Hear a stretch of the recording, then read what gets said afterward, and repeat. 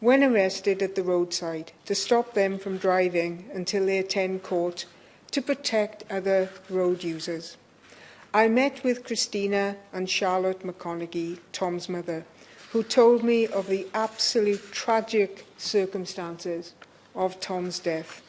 And Christina, Charlotte, and Christina's mother, Sandra, have permission to be in the public gallery this evening. Christina and Charlotte told me that on the 24th of February 2019, Tom, who was aged 34, was killed in a hit-and-run incident on Buds Head Road in Plymouth, Devon, at 3 a.m.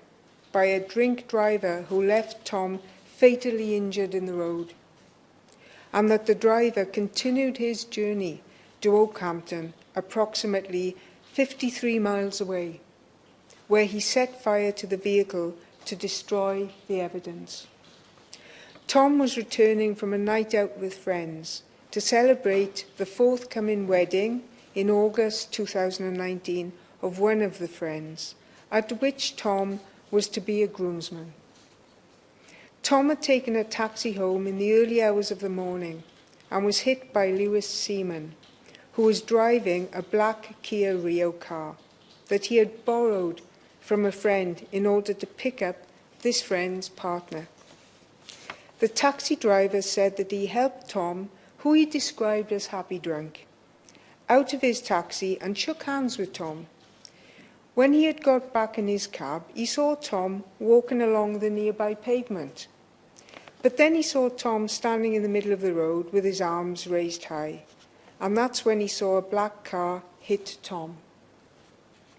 The taxi driver got out of his cab to help Tom and called 999.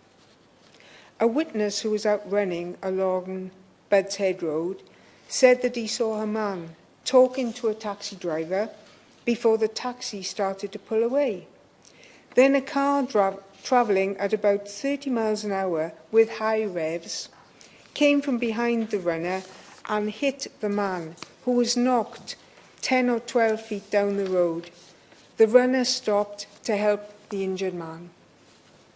The police officer who gave evidence at the inquest into Tom's death, which was held on the 11th of February 2021, said that the police reconstruction into the fatal collision showed that the car that hit Tom was travelling at least 29 miles per hour, and that the driver, Mr. Seaman, may have been using a mobile phone, but the police officer could not confirm nor validate this.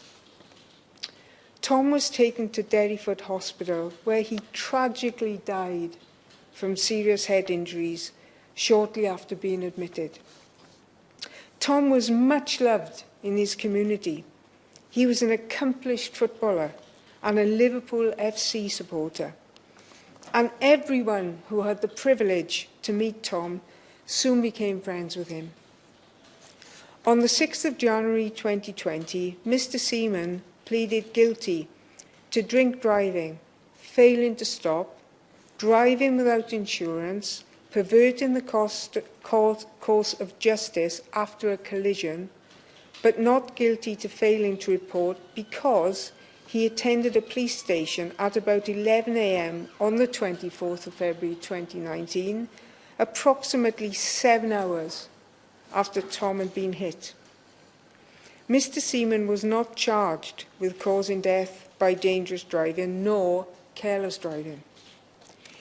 In his defence, Mr. Seaman said that he had drunk 3 cans of lager and 2 single whiskies at about 9 p.m. on the 23rd of February and thought he was fit to drive in the early hours of the 24th of February.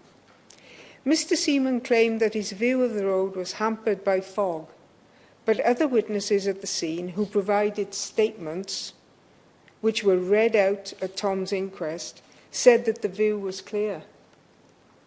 On the 31st of January 2020, in Plymouth Crown Court, Mr. Seaman was sentenced by Judge Paul Darlow to 10 months imprisonment and a 3-year and 5 months driving ban with an extended retest condition. The court heard that a doctor had concluded that the level of alcohol in Seaman's system would have been such that he would have impaired his ability to safely drive, but it cannot be said that the level of alcohol contributed to Mr. McConaughey's death. Judge Darlow said, "I can tell you straight off that if there was a suggestion on any sensible and fair basis upon which it could be said that the amount of alcohol had contributed in any way, the outcome would have been entirely different." Judge Paul Darlow said that the surest thing about this case is that Mr. Seaman will have to live with the consequences of his actions, and that will not go away when Mr. Seaman has finished serving his prison sentence. Mr. Seaman should have served half his sentence, which was 5 months, but in fact only served 3 months and 3 weeks. Tom's family believe that Tom's life was worth so much more than 10 months, so much more than 5 months, so much more than 3 months and 3 weeks. Tom's family appealed against the 10-month sentence under the government's unduly lenient sentencing scheme. But a single judge sitting in chambers decided that there were no new grounds to put the case forward to the Court of Appeal in order to reconsider the sentence. Tom's family found it extremely distressing and concerning that the offender was allowed to continue to drive from the 24th of February 2019 until he was eventually banned by a judge at the Crown Court hearing 11 months later.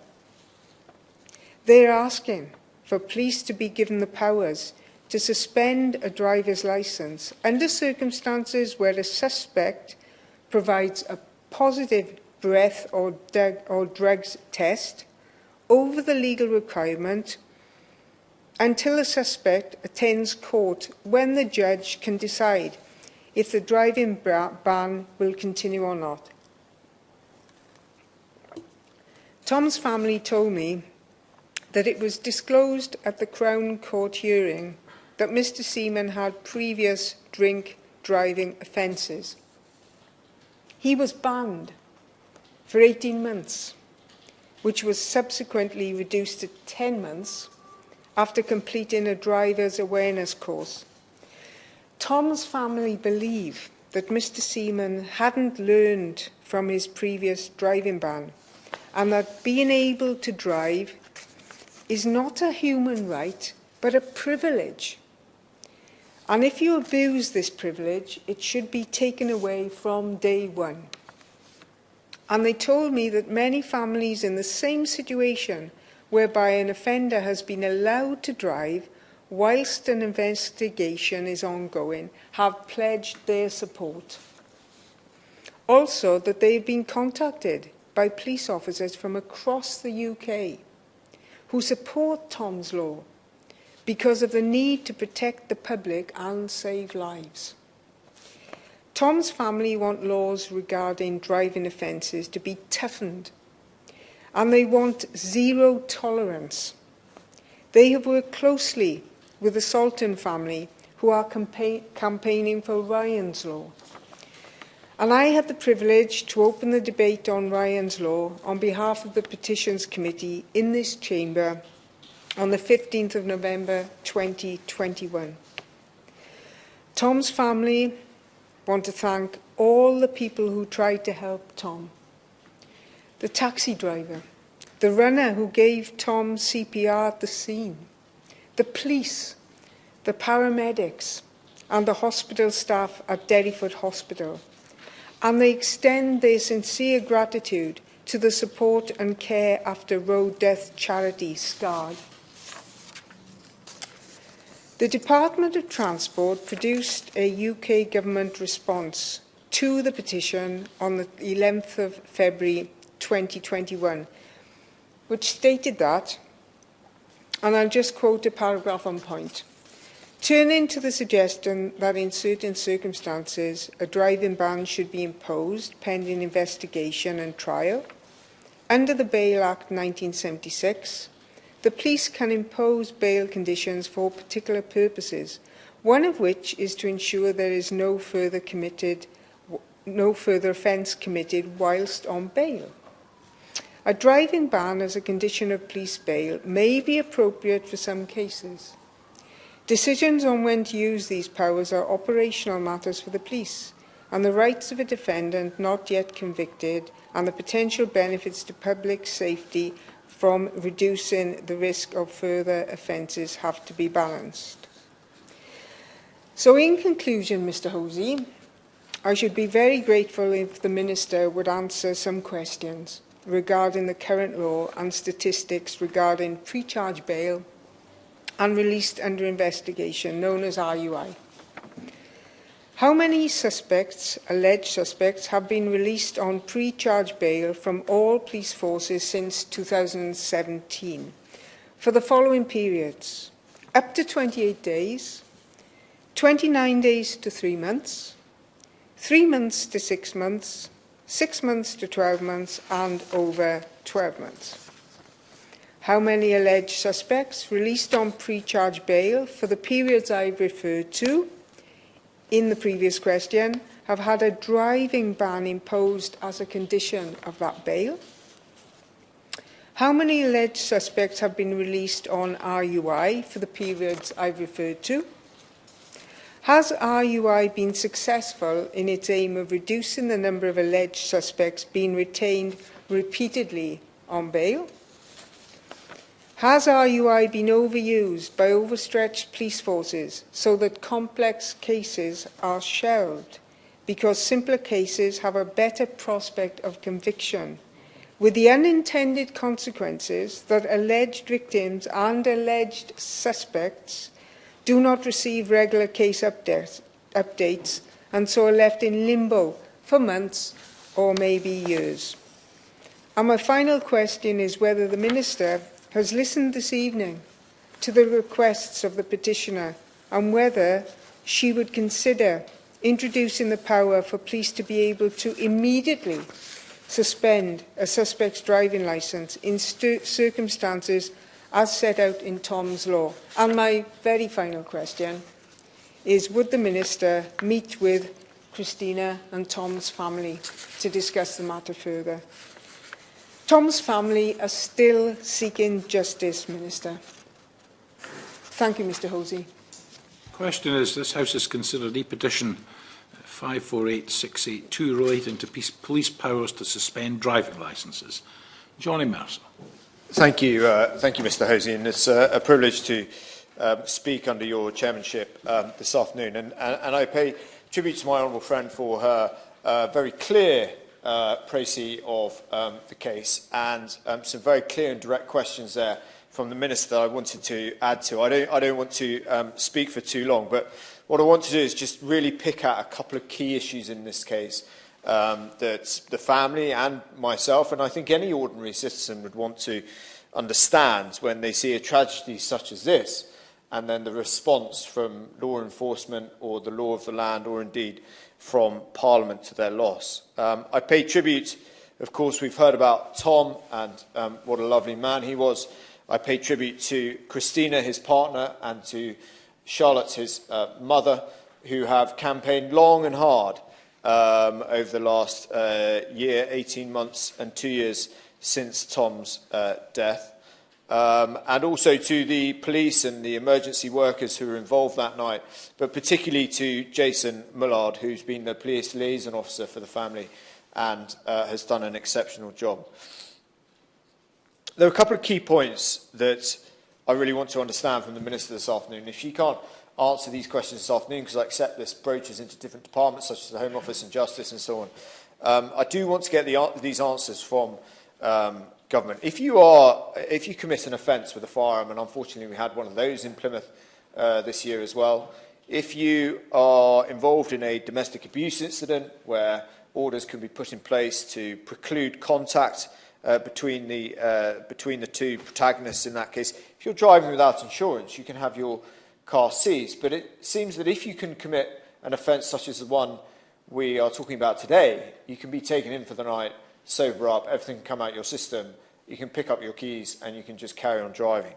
And the issue is with that is when you look at drink driving or drug driving, and with the technology we have available now, it's not as though where you have situations around domestic violence that are very complicated, terrible events, but very complicated, often very hard to understand what's really going on.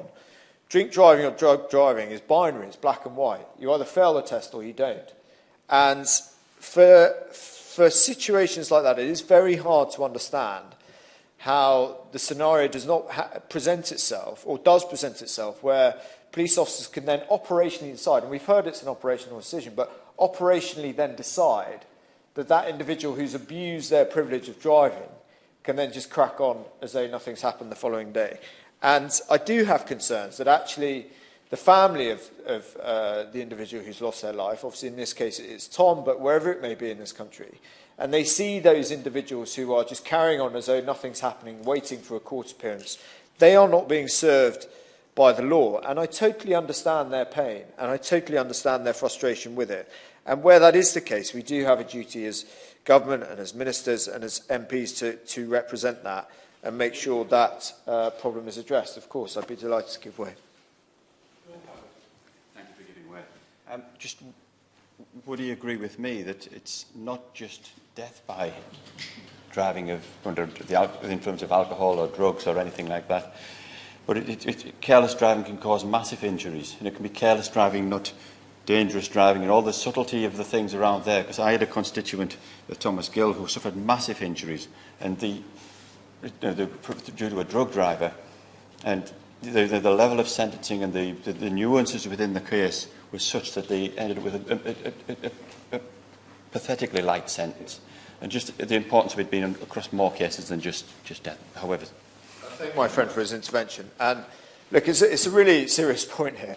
Actually, if you speak to prison officers and others who spend a time in prison, okay, I've heard it anecdotally, and I'll repeat it again, that if you want to kill someone, often it's said kill someone by running them over because the sentences are such a joke. And we've known about that for such a long time in this country now that it's hard to understand why this still exists. Police officers, even police officers, have seen the case and the campaigning by Christina and have said, yes, we need this power. And then the government in response, because we've been working with the family and government and the to and fro that happens in this space, have said, actually, the police have got these powers. They may well have that powers, but when those figures that are requested by my honourable friend come out of the government, we'll see that it's hardly ever enforced. So there is clearly a problem here between either police knowing about it or actually doing the training to understand that actually seeing your perpetrator driving round for the next 12 months without any sanction whatsoever, having seriously injured or killed one of your constituents, is clearly not acceptable, not only for us as MPs who represent these cases, but imagine if you're the family member who sees that. And I think we clearly have to address something there. I'd reiterate the request to meet with the Minister, with the family.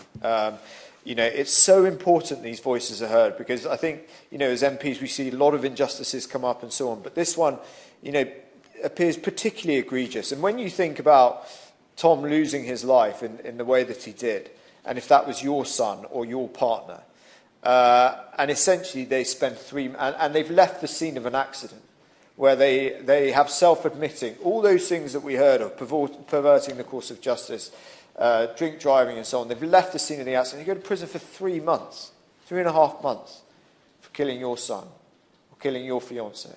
Right? That is not right. We all know it's not right, but no one's quite been bold enough to grasp the nettle of this. I commend the government for increasing sentences up to life from 14 years for some crimes, but it needs to be broader. At the moment, there doesn't seem to be a clear delineation between, the damage you can cause from, for example, knocking off a wing mirror and failure to report, and the delineation between actually killing a human being. I mean, it's pretty basic stuff, and we don't often see it until it's clearly painted by seeing one of the families like we have here today. So, look, what do I want on behalf of the family? I want the government to take this issue seriously and really address that core point where you can leave the scene of an accident. I mean, clearly, if individuals leave the scene, that is not a normal reaction. If you do that around other incidents, like as an athlete failing a drugs test, you will, it will be pretty obvious why you've done that. And we need to make the sanction for leaving the scene of an accident as bad as being done for the crime,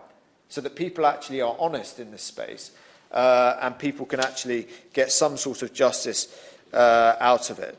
And when it comes to police officers making operational decisions on this front, that's ultimately we're all accountable, and police officers as public servants too, and I'm a huge fan of them.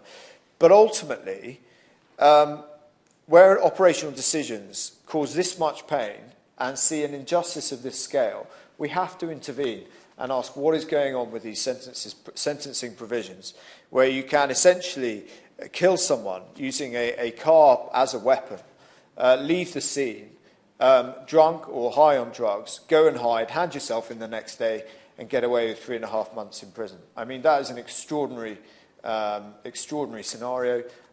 It doesn't, it reflects really poorly on all of us. But crucially, think if it was your son or your partner or your fiance, and you'd be absolutely livid if that was the price that we as legislators or the House of Commons or police put on your son or your fiance's life. So I'd urge the Minister to think about those things in her response. I'd reiterate the request to meet her. We are going to continue with this campaign. I can honestly see no clear reason why, if you fail a binary test at the side of a roadside with calibrated equipment, drugs or drink, why you are clearly, therefore, not fit to drive, and you have not taken your privilege of driving responsibly enough, and you should therefore lose your license. If the judge then decides afterwards, fine, you get it back, then fine. But there should be some sort of mandation where you lose that right, that privilege, because it is a privilege, not a right, to drive if you are caught over the limit for drinks or drugs. And I think that's a very low bar that actually a government that is committed to victims and to upholding the rule of law can achieve. Paul Lamb. Thank you very much, Mr Hosey. It's a pleasure to serve under your chairmanship. I'd like to thank my friend from Neath for the way that she introduced this debate and so clearly put the case on behalf of the petitioners that change is necessary here. It is also good to follow my neighbour for Plymouth Moorview. Due to our various appointments over the past few years, we haven't been in many debates together, but I hope this will be the start of coming together on Plymouth issues, and this is indeed a Plymouth issue. We remember Tom in this debate. He's not only remembered by the family, but also by the 100,000 people who signed the petition, and that includes the 1,162 people who signed the petition from Plymouth, Sutton and Devonport. I'd also like to pay tribute to Christina, Tom's fiancée, and Charlotte, Tom's mum, for the way that they have run this campaign, the way that they have spoken with dignity and compassion, but also clarity about what they would like to see changed. What are the changes that they would like to see? Yes, give away the point. I understand how really important it is for Plymouth with the focus of the issue, this particular issue.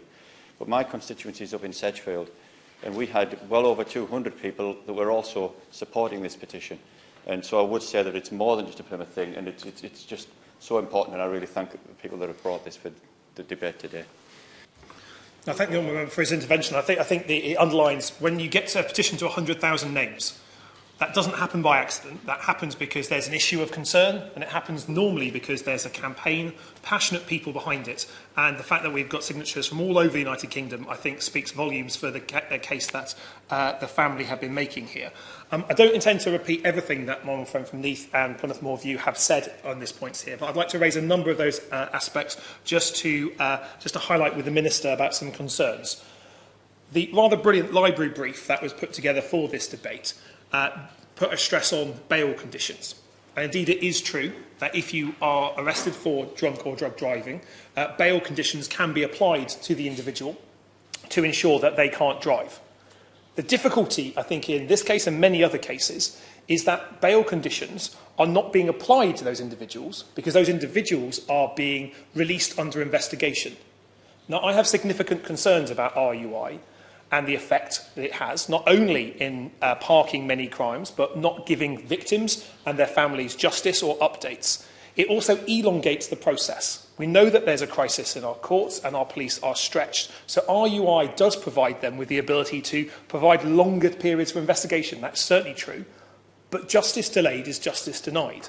And my fear about the increased use of release under investigation, especially in cases of drug and drink driving, is that it's not giving the police and the authorities the pressure to deliver swifter prosecutions, nor is it delivering the important justice for the families to see a crime charged with and then that crime brought forward to a court.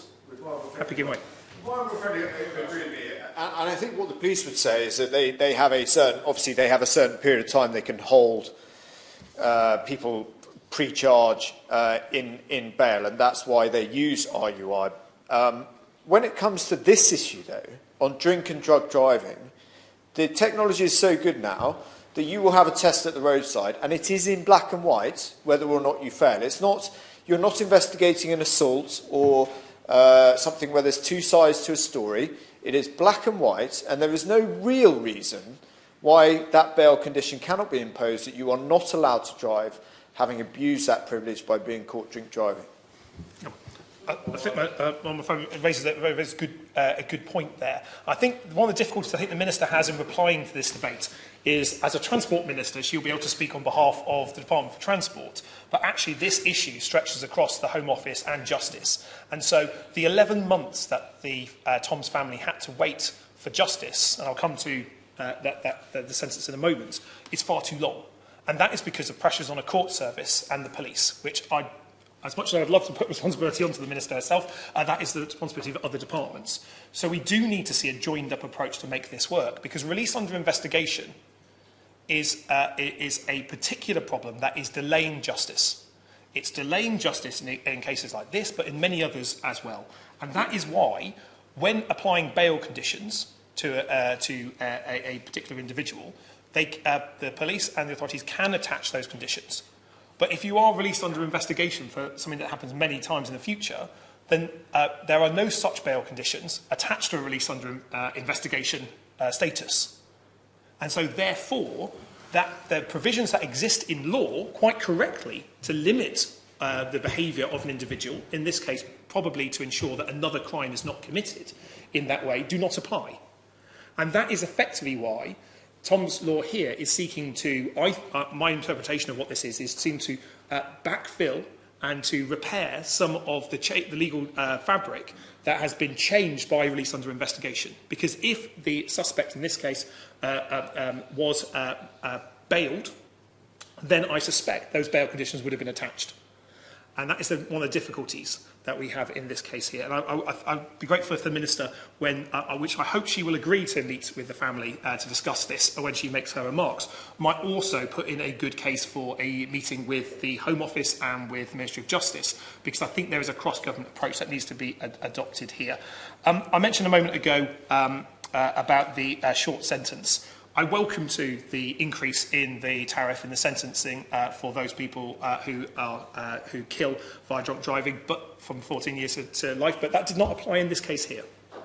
And I think it is entirely legitimate for any family who has been robbed of the life of their loved one to look at the sentence that has been afforded to them and say 3 months and 3 weeks is not justice. And I have sympathy with the family for the way that they have seek to pursue that through the courts and now through politics as well. My old friend from Neath mentioned one of the remarks from the judge in the case in the case here that said the surest thing is that the offender will have to live with the consequences. Well, no, Mr. Hosey. The surest thing is that the family will have to live with the consequences much, much longer and with much deeper sense of pain and loss than the offender, and that is why there is a real difficulty in relation to this. I think my old friend from Neath echoed the words of the family where driving is a privilege, not a right. And I think one of the questions that we must test ourselves in this place is to what extent does that privilege apply where the vehicle has been used to either kill or maim someone when someone has been under the influence of drugs or alcohol. At that point, I think it is reasonable for us as Parliament to take a view as to whether there should be a legal ability to prevent that person from driving. Indeed, we have already taken that view. probably long before myself and my neighbour were in this place, Parliament passed the legislation that put bail conditions on those individuals. So Parliament, to a certain extent, has already taken a view. There is precedent here, but that view has not been applied to release under investigation in the same way. So that I think there is a very sound argument to look at whether RUI has changed the social contract, the deal between the state and victims as to what applies in the event of someone being maimed or seriously hurt when someone has been under the influence of drugs or alcohol. And I think that is important to look at. I think the challenge in this debate, I think, is not only how can we remember Tom and give the family who have campaigned so thoroughly, professionally and compassionately in his memory, the justice that the courts, through the low bar sentencing, did not deliver, but also how can we prevent this happening in the future. And I think it is that challenge to ensure that no other family goes through what Tom's family has done, which is the responsibility and obligation that falls upon parliamentarians. The Honourable Member for Plymouth Moorview has been pursuing this with the family for some time, and I act as his assistant in this respect to support the measures that he has taken. I would, however, just like to add some words of caution to this. I am concerned that if we add extra responsibilities onto the police or onto the court system without adequately resourcing them, there could be further justice delayed. And so if there are to be steps taken, I would like that to be accompanied by the proper resources to ensure that this doesn't elongate either the process in relation to any particular cases or other cases along the way. And secondly, that we continue to reinforce the primacy of the courts in this matter. The ability for the police to deliver restrictions on the curbside or from the point of charge themselves should always be tempered by the ability of a court to judge upon that person. And drink and drug driving is one of those offences that is peculiar for many cases in the criminal justice system, in the fact that the courts see people from every single walk of life in this space. And it is important that when there is applications put in there, that everyone can have justice for their cases to be heard, but most importantly, that the victims and their families in these cases can also have justice at the same time. So I'd be grateful if the Minister could look at some of those aspects. I appreciate many of the ones that I've raised are not within her responsibility as the Minister in the Department for Transport, but I do think there is a need to join this up with Home Office and Justice to ensure that the right questions are being asked of the competent departments in relation to this, so Tom's family can truly have justice, and so the likelihood of something like this happening again can be reduced. Thank you, Mr Hosey. Sam Tarry. Thank you, Mr Hosey, and honoured to serve under your chairship for the first time. Can I thank my honourable friend, the honourable member for Neath, for bringing forward this debate on behalf of over 100,000 petitioners, and indeed for the time she's actually spent with Tom McConaughey's family, working with them to get to this point. And of course, as well, I'd like to thank the honourable member for Plymouth Moorview for his very logical and clear demand that actually action is taken, and how simple that could be to make such a huge difference. And of course, the honourable friend for Plymouth, Sutton, Devonport, who's spoken so passionately and again raised a number of really serious questions that do need to be answered. And of course, the honourable member for Sedgefield for making sure all of us realise that this is a debate that affects every corner of the British Isles. Because no one can be left in any doubt, following the touching and heartfelt contributions from members across the House, how much loved and admired Tom McConaughey was by his family and friends. And I'm really glad that they're able to be here today, to hear legislators in the House of Commons take this issue so seriously in a way that he deserves and that his legacy deserves. Because the manner of his death is indeed a tragedy beyond words. A young man happily returning from a night out, a groomsman's fitting ahead of a friend's wedding, struck and killed by a drink driver. I've read what his mother Charlotte has said and spoken so powerfully about the immense pain caused by his loss, and how she is now living alongside Tom's partner Christina her own life sentence. Drink, drug and dangerous driving destroys lives. It's as simple as that. Last year, a shocking 230 people lost their lives in drink driving accidents, destroying the lives of hundreds of families forever. And for many of them, the sentences handed down to offenders often do not seem to reflect the devastation caused by these crimes. The grief of families in these cases is immeasurable, and to see their relatives' killers often escape with limited sentences just adds to that sense of anger and grief. We therefore need a justice system that recognises the life sentences given to families who have lost loved ones.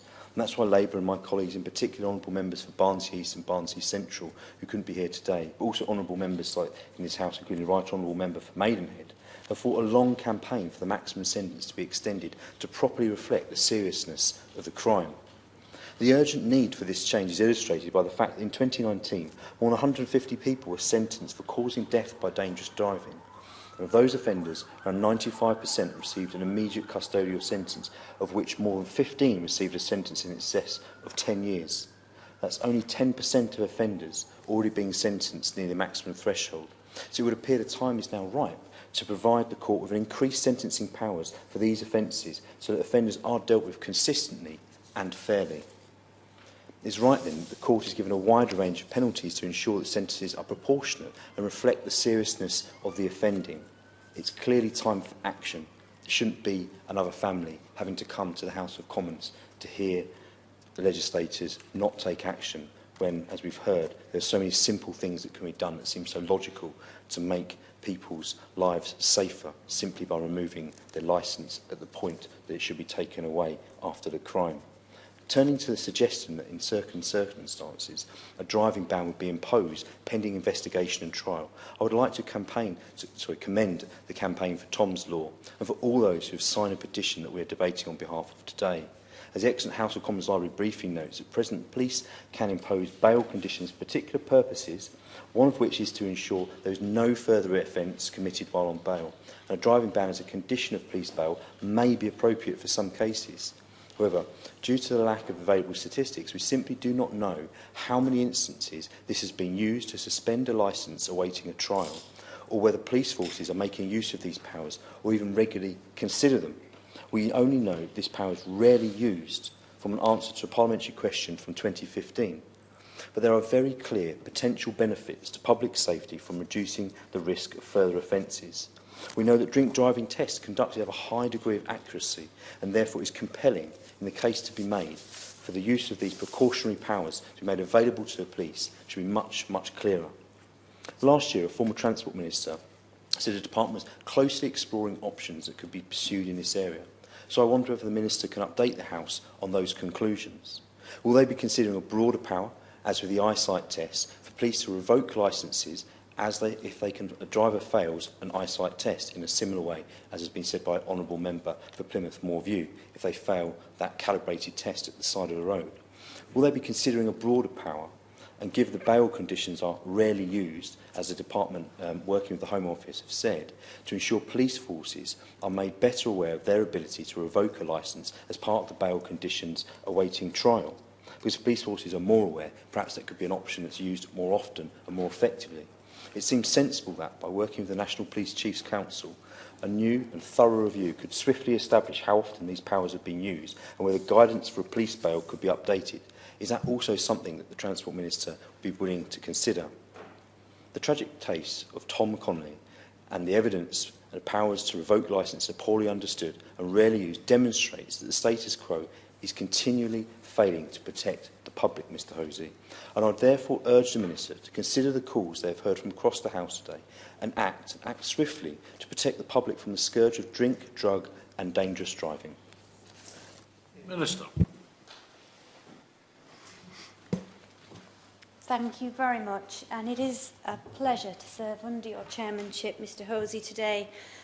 I'm particularly grateful to the Honourable Member for Neath for opening this debate in the way that she has, and on the e-petitions relating to police powers to suspend driving licences, and raising specific concerns over those drivers suspected of committed road traffic offences being able to continue to drive. And I would also like to thank and put on record my gratitude to members, my honourable friend, the member for Plymouth Moorview, and in the way that he has effectively and convincingly portrayed the situation as it is and has worked with the family. And likewise, the member for Sedgefield, for noting that Plymouth has been very well covered in this debate, but it affects the whole country, and that the way in which all members have contributed to this debate so far. I want to really reassure members that the government does take road safety very seriously.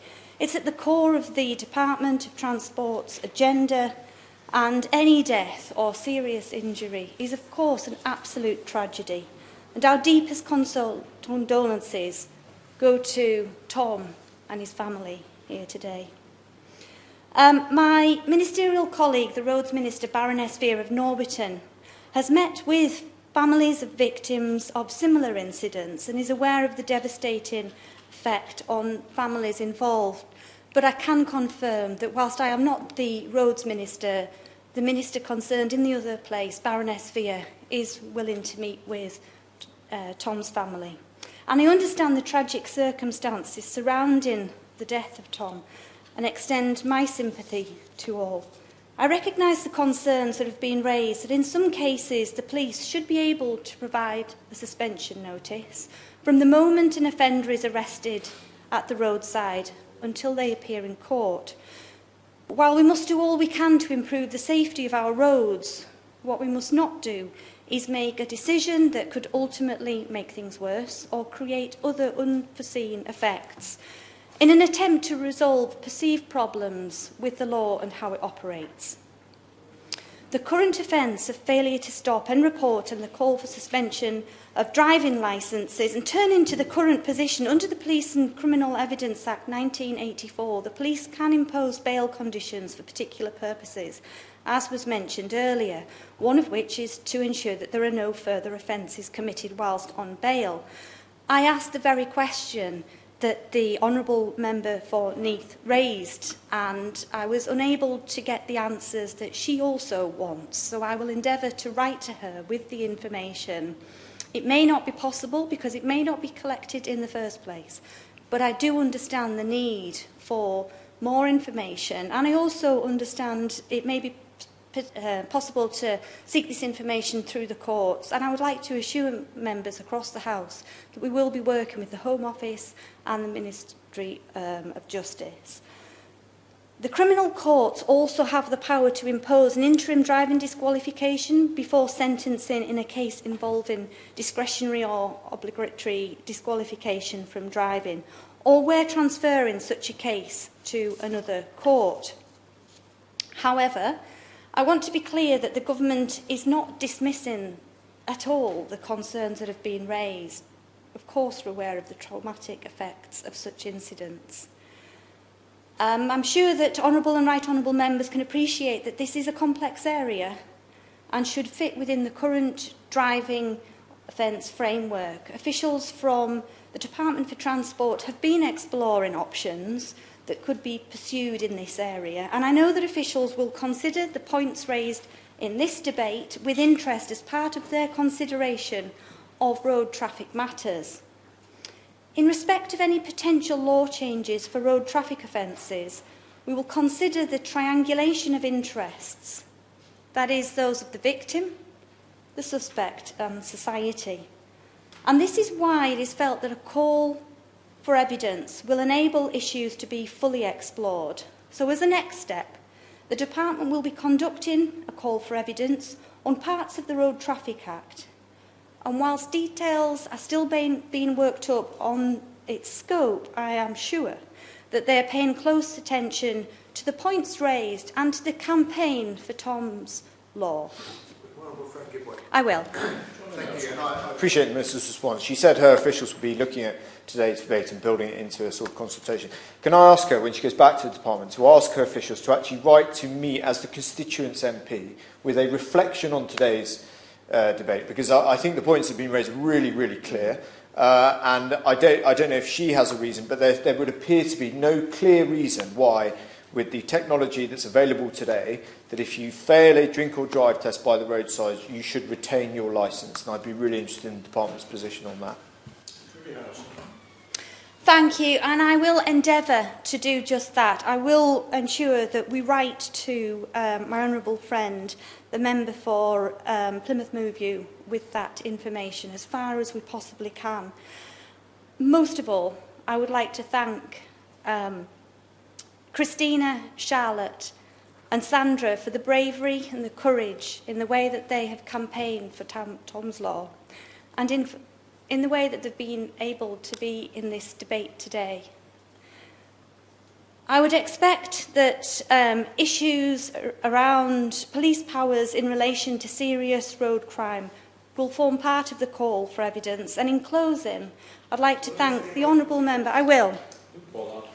Thank the Minister for giving way before she closes. It's welcome news that her department is looking into this, and I think the commitment to a consultation was made by the Minister, and that is, I think, welcome to include this.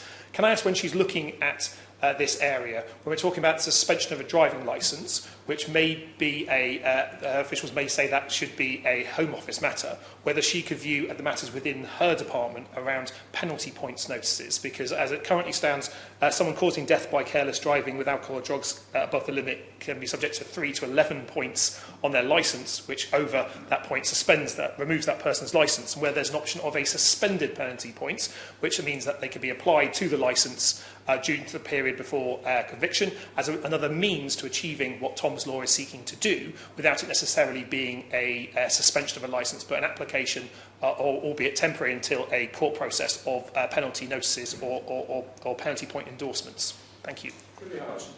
I thank the member for those points. And whilst he will understand I am not the Roads Minister, I am responding for the Roads Minister, Baroness Vera of Norbiton, in the other place today in this debate.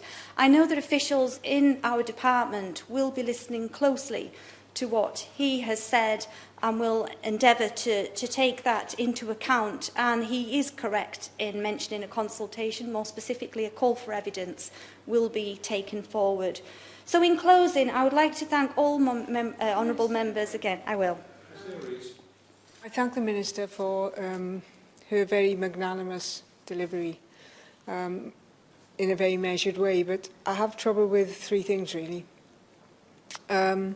Released under investigation, is that under guidance rather than under statute? That's the first thing I'd like the Minister to answer. The second thing is, she refers to the data I asked for. Is that because it's not collected nationally, or because separate police forces don't have the IT or the staff to do it? And the third thing is, I have a problem with RUI as opposed to police bail.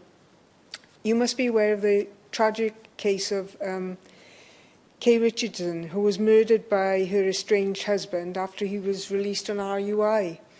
He had previous domestic abuse convictions, but bail conditions may have protected her. Thank you, Minister. Thank you. On the wider points of RUI, I'm afraid I can't answer that, but on the question around the information, when I asked for that information, I understand that it isn't collected, and that is why I'm seeking further information through the court system. We will get that information in whichever way possible, and will endeavour to respond to the Honourable Member for Neath about those very specific requests as soon as we possibly can. So, finally, in closing, I would like to thank members again for raising this important issue in this debate and for the campaign for Tom's Law. Christina Rees to wind up. Thank you, Mr. Hosey. I'd like to thank members for their contributions, and a special thanks to Christina and Tom's families, 2 Plymouth MPs, who have served them well in this debate tonight.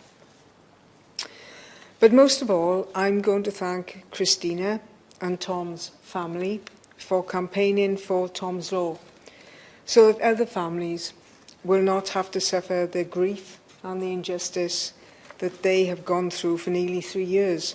And when I met Christina, Charlotte and Sandra this afternoon, Christina reminded me that on the 24th of February this year, it'll be the 3rd anniversary of Tom's tragic death. And they're still suffering, Mr. Hosey, they're still suffering. So on behalf of Christina, Charlotte and Sandra, I'd like to thank the Minister for confirming that Baroness Vere will meet with them. And I look forward to receiving the written stats that I've asked for. Thank you. The question is, this House has considered E-petition 548682 relating to police powers to suspend driving licences. As many as are of that opinion say aye. Of the contrary, no. The ayes have it. The ayes have it. Order, order. The sitting stands adjourned.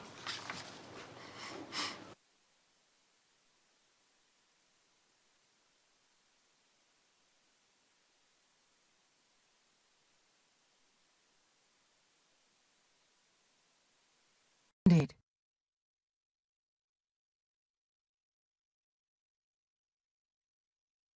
The proceeding has ended.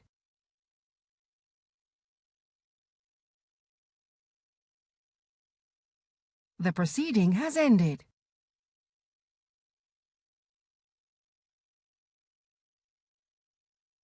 The proceeding has